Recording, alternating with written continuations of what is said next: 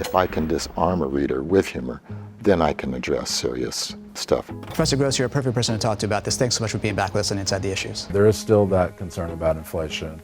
Prices are really high. Joe Arvai at the University of Southern California, Dornsife. How we think and decide is already under siege thanks to social media. From countless broadcast and radio news appearances to podcasts and editorials appearing in the New York Times, Washington Post, Time Magazine, and more, USC Dornsife scholars shared their research and expertise to help make sense of the world around us. About 8% of recent movers were moving because their landlord raised the rent. I always start all of my novels from a kind of autobiographical space.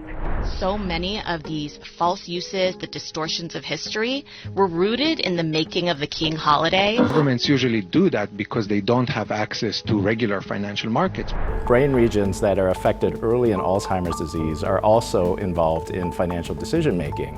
The end of an era is near for Mitch McConnell. His biggest achievement was essentially packing the federal courts with conservative judges. I'm hopeful that it won't touch off a wider war. The United States and Iran are at least communicating. It's simply an aggravation in an already highly inflamed relationship. When we think about serious mental illness, it really represents the whole gamut of mental disorders. Poets in Chaucer's circle started using St. Valentine as representative of love. The Sympathizer, a new series on HBO and Max, is based on the Pulitzer Prize-winning novel by Viet Thanh Nguyen.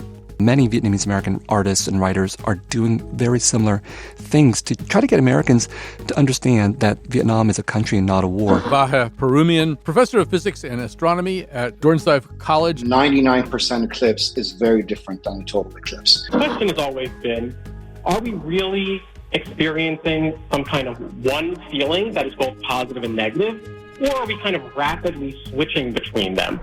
Professor Samantha Burton from the University of Southern California is a leading authority and the artist's biographer. Sam, very nice to see you.